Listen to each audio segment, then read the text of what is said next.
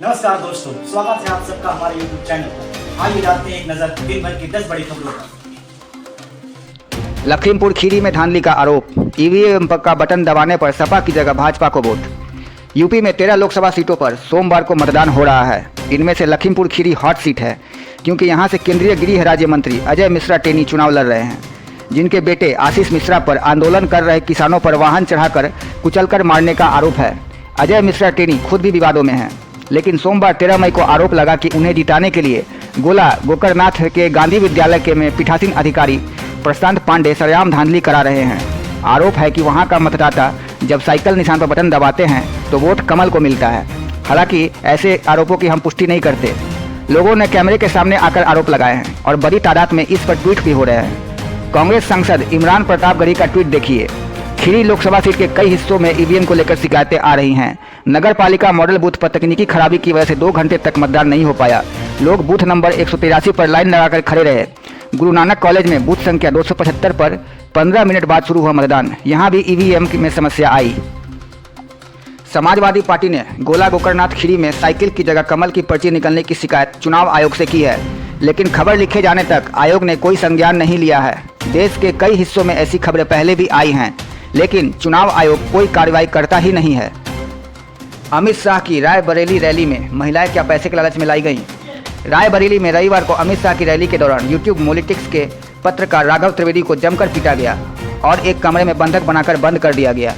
ये आरोप पत्रकार राघव त्रिवेदी ने लगाए हैं। उन्होंने बताया कि अमित शाह की रैली में आई कुछ महिलाओं के उन्होंने इंटरव्यू लिए तो उन लोगों ने बताया कि उन्हें पैसे का लालच देकर लाया गया है। राघव ने सोमवार को वो वीडियो क्लिप सार्वजनिक कर दी। उस क्लिप को उन्हीं के हवाले से लगाया जा रहा है। हम ना तो इनके आरोपों की पुष्टि कर रहे हैं और ना ही वीडियो क्लिप की पुष्टि कर रहे हैं। देखिए राघव त्रिवेदी का एक्स पर वीडियो। राघव त्रिवेदी ने एक्स पर लिखा है, ये वो वीडियो क्लिप है जिसको बचाने के लिए मुझे अमित शाह की रैली में लिंचिंग का शिकार होना पड़ा। ये वो क्लिप है जो 400 पार के खोखले दावे की सच्चाई दिखा रही हैं। वो भाजपाई साथी जो मुझे पीट रहे थे, उन्हें बस ये क्लिप चाहिए थे जो मैंने उनको नहीं दी और अब अपलोड कर रहा हूँ। हाँ, ये सच है कि अमित शाह की रैली में आए लोग अमित शाह को नहीं जानते थे। उन्हें 100-200 रुपए का लालच देकर लाया गया था। आंध्र प्रदेश में वोट के बदले कैश के लिए प्रदर्शन, कहाँ है चुनाव आयोग? आंध्र प्रदेश में विधानसभा की 175 और लोकसभा की 25 सीटों के लिए सोमवार को मतदान हो रहा है। राज्य में कुछ जगहों पर कैश बांटने का आरोप लगा है।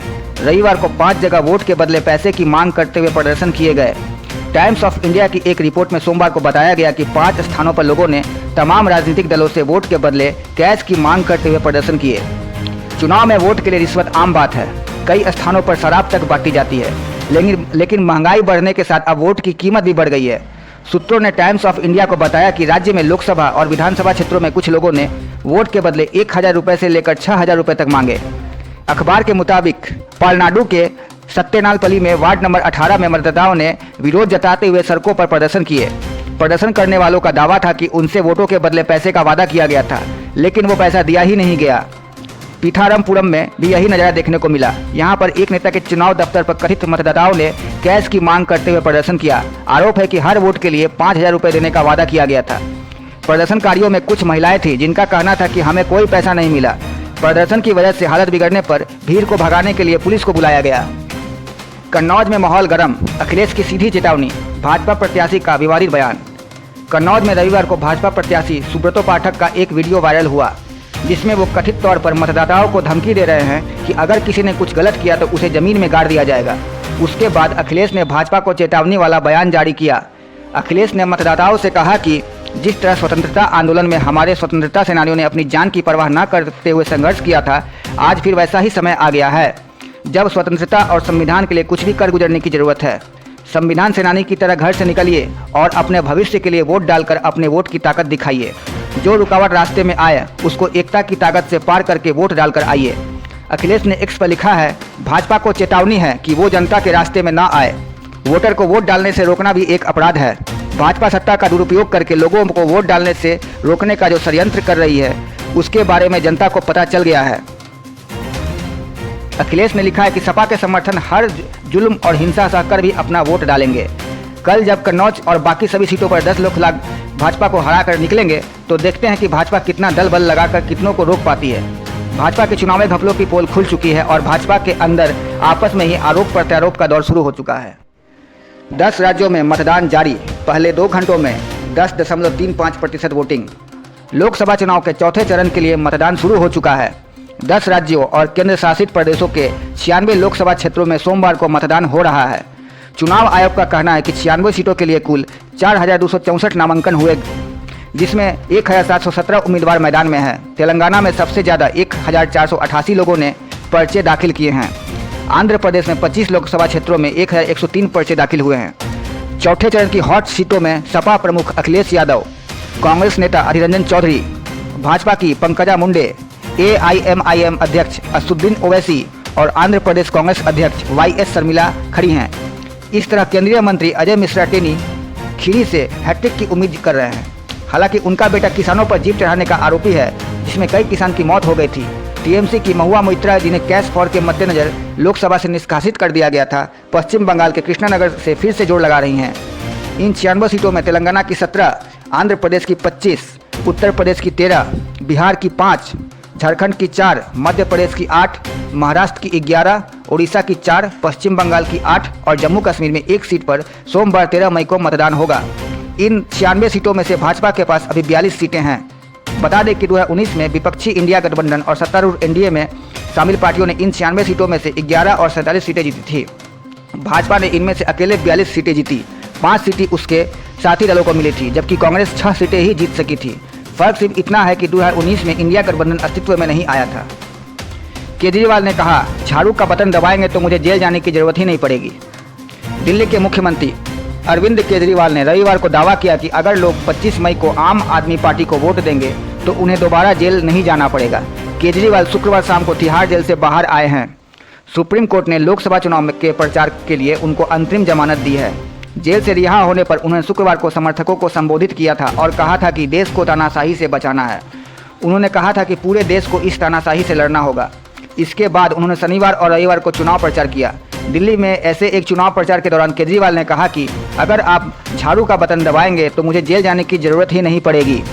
उन्होंने मोती नगर में अपने रोड शो के एक दौरान सार्वजनिक सभा को संबोधित करते हुए कहा कि वे कहते हैं कि मुझे 20 दिनों में वापस जेल जाना होगा। उन्होंने आगे कहा कि झाड़ू पर वोट मिलने पर उन्हें ऐसा करने की जरूरत ही नहीं पड़ेगी। रोड शो के दौरान केजरीवाल के साथ पंजाब के मुख्यमंत्री भगवंत मान भी थे।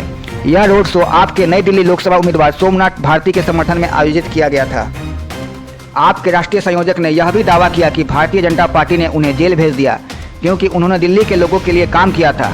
उन्होंने कहा, अगर मैं वापस जेल गया तो भाजपा मुफ्त बिजली बंद कर देगी, स्कूलों को खराब कर देगी और अस्पतालों और मोहल्ला क्लिनिकों को बंद करा देगी। महबूबा का ECI को खत, श्रीनगर में धांधली, वोटरों की गिरफ्तारी रोकें।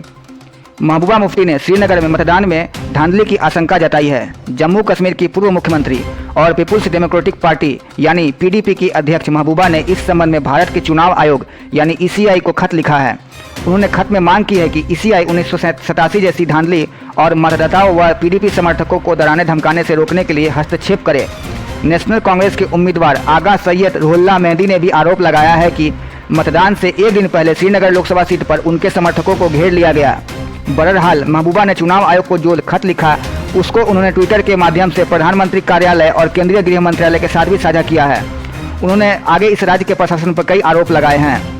महबूबा ने खत में लिखा है कि केंद्र सरकार के नियंत्रण में राज्य प्रशासन PDP के मतदाताओं और समर्थकों को डराने धमकाने वाली बेशरम गतिविधियों में लगा हुआ है।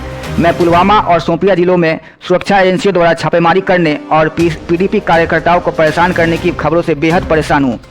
कई पार्टी सदस्यों, समर्थकों और कार्यकर्ताओं को बिना किसी कारण मनमाने ढंग से हिरासत में लिया गया है। जाहिर तौर पर यह सार्वजनिक रैलियां करने और मतदान को प्रोत्साहित करने के उनके प्रयासों के सजा के रूप में किया गया है। महबूबा ने खत में चुनाव आयोग की निष्पक्षता पर भी संदेह जताया है। उन्होंने आगे कहा है कि यह जरूरी है कि चुनाव अधिकारी और राज्य अधिकारी दोनों राजनीतिक भागीदारी को बढ़ावा दें और निष्पक्ष चुनावी प्रक्रिया सुनिश्चित करें। उन्होंने कहा, अनंतनाग राजौरी निर्वाचन क्षेत्र में देरी जैसा हालिया कार्रवाइयों ने आयोग की निष्पक्षता के बारे में गंभीर चिंताएं पैदा कर दी हैं और लोगों को प्रोत्साहित किया है कि वो जबरदस्ती और धमकी के माध्यम से चुनावी नतीजों में हेराफेरी कर सकें। लोकसभा चुनाव के बीच बीजेपी को एक और झटका, पूर्व सांसद ने पार्टी छोड़ी। लोकसभा चुनाव के बीच हरियाणा में बीजेपी को एक और झटका लगा है। बीजेपी नेता और कुरुक्षेत्र से 2 बार की पूर्व सांसद कैलाशो सैनी ने पार्टी छोड़ दी है। उन्होंने पूर्व मुख्यमंत्री भूपिंदर सिंह हुड्डा की उपस्थिति में कांग्रेस का हाथ थाम लिया है। हाल ही में 3 निर्दलीय विधायकों ने राज्य में बीजेपी सरकार से समर्थन वापस ले लिया था। और कांग्रेस को बाहर से समर्थन देने की घोषणा कर दी थी। लोकसभा चुनाव से एन पहले ये घटनाक्रम बीजेपी के बेहद परेशान करने वाले साबित हो सकते हैं। राज्य में बीजेपी की परेशानी इसलिए भी बढ़ी है कि उसकी सरकार हाल में ही विधानसभा में अल्पमत में आ गई है। मंगलवार को 3 निर्दलीयों ने बीजेपी सरकार से अपना समर्थन वापस लेकर कांग्रेस को बाहर से समर्थन दे दिया है। हाल ही में दुष्यंत चौटाला की जेजेपी के समर्थन वापस लेने के बाद से इन्हीं निर्दलीयों के समर्थन से बीजेपी सरकार चल रही थी। इन निर्दलीय विधायकों ने नायाब सिंह सैनी के नेतृत्व में चल रही हरियाणा सरकार से अपना समर्थन वापस लेते हुए महंगाई बढ़ने और बेरोजगारी का मुद्दा उठाया। विपक्षी नेता भूपेंद्र सिंह हुड्डा ने हरियाणा में राष्ट्रपति शासन लागू करने की मांग की है। उदय भान ने कहा, नायाब सिंह सैनी सरकार अब अल्पमत में आ गई है। सैनी को अपना इस्तीफा दे देना चाहिए क्योंकि उन्हें 1 मिनट भी रहने का अधिकार नहीं है। अब विधानसभा चुनाव तुरंत होने चाहिए। ईरान बोला, देश को खतरा हुआ तो परमाणु बम बनाएंगे। ईरान ने कहा कि अगर उसके अस्तित्व को कोई भी खतरा हुआ तो वह इसका सामना करने के लिए परमाणु बम बनाएगा। ईरान के supreme leader Ayatollah Ali Khomeini के एडवाइज़र कमाल खराजी ने शनिवार को यह बयान दिया। खराजी ने कहा, हमने अब तक परमाणु बम पर कोई फैसला नहीं किया है, लेकिन अगर ज़रूरत पड़ी तो हम अपना यह सिद्धांत बदल भी सकते हैं। अगर इजराइल ने हमारी न्यूक्लियर फैसिलिटीज़ पर हमला किया तो हमें अपनी रक्षा के लिए यह कदम उठाना पड़ेगा। दरअसल ईरान के सुप्रीम लीडर खामेनेई ने साल 2003 में परमाणु हथियारों समेत हर उस हथियार के प्रोडक्शन के खिलाफ फतवा जारी कर दिया था जिससे बड़े पैमाने पर तबाही हो सकती है। तब खामेनेई ने कहा था कि इन हथियारों को बनाना इस्लाम के मुताबिक हराम है। हालांकि इसके बावजूद साल 2021 में ईरान के तत्कालीन इंटेलिजेंस मिनिस्टर ने कहा था कि पश्चिमी देशों की तरफ से बढ़ते दबाव के बीच इस फतवे को पलटा जा सकता है। अल जज़ीरा के मुताबिक ईरान यूरेनियम को 60% तक एनरिच कर रहा है। इससे उसकी गुणवत्ता में सुधार आता है। वहीं हथियारों के इस्तेमाल होने वाले यूरेनियम को 90% तक इनरिच किया जा रहा है। एटमी हथियारों पर नजर रखने वाले एजेंसी IAEA ने कहा कि अगर यूरेनियम को और एनरिच किया तो यह 2 परमाणु हथियारों को ज़रूरत को पूरा करने लायक हो जाएगा। एल्ब्राइट ने कहा था कि इस वक्त ईरान सबसे बड़ा खतरा है। उसके पास एटम बम बनाने की न सिर्फ टेक्नोलॉजी मौजूद है बल्कि इसके लिए यूरेनियम भी उपलब्ध है। डेविड ने कहा था कि ज़रूरत पड़ने पर ईरान कुछ हफ्तों में पहला बम तैयार कर सकता है। वो चाहे तो 5 महीने में 12 बम बना सकता है। अमेरिका में सुअर की किडनी लगवाने वाली शख्स की मौत, सर्जरी के 2 महीने बाद दम तोड़ा। अमेरिकी राज्य मैसाचुसेट्स में सुअर की किडनी वाले 62 साल के रिचर्ड रिक स्लेमन की मौत हो गई। रिचर्ड की मार्च में जेनेटिकली मॉडिफाइड सुअर की किडनी लगाई गई थी। डॉक्टरों ने कहा कि यह किडनी कम से कम 2 सालों तक रिचर्ड के शरीर को ठीक से काम कर सकती है। जिस अस्पताल में ट्रांसप्लांट किया गया था उसने बताया कि रिचर्ड की मौत की वजह सुअर की किडनी नहीं थी। ट्रांसप्लांट करने वाली टीम ने रिचर्ड की मौत पर दुख जताया है। रिचर्ड ऐसे पहले शख्स थे जिनके शरीर में सुअर की किडनी ट्रांसप्लांट की गई थी। इसके पहले सुअर की किडनी को सिर्फ ब्रेन डेड व्यक्ति के शरीर में ट्रांसप्लांट किया गया था। वहीं 2 व्यक्तियों को सुअर का दिल भी लगाया जा चुका है। हालांकि सर्जरी के कुछ महीनों बाद ही उनकी मौत हो गई थी। रिचर्ड का पहला किडनी ट्रांसप्लांट साल 2018 में हुआ था। हालांकि वह किडनी भी फेल हो गई थी और उन्हें दोबारा डायलिसिस करानी पड़ी थी। कुछ समय बाद डायलिसिस में भी काफ़ी दिक्कतें आने लगी, जिसके बाद डॉक्टरों ने सुअर की किडनी लगाने का सुझाव दिया। रिचर्ड की मौत के बाद उनके परिजनों ने ट्रांसप्लांट करने वाली टीम का शुक्रिया अदा किया है। उन्होंने कहा कि डॉक्टरों की वजह से हमें रिचर्ड के साथ कुछ और समय बिताने को मिला। रिचर्ड इस सर्जरी के लिए तैयार हुए थे ताकि दुनिया भर में उनके जैसे दूसरे मरीजों की जीने की एक नई उम्मीद मिल सके। अब तक के लिए बस इतना ही। अगर आपको हमारा ये वीडियो पसंद आया तो प्लीज़ लाइक एंड सब्सक्राइब जरूर करें। और हाँ, कमेंट्स में अपनी राय देना ना भूलें। आपकी राय हमारे लिए बहुत ही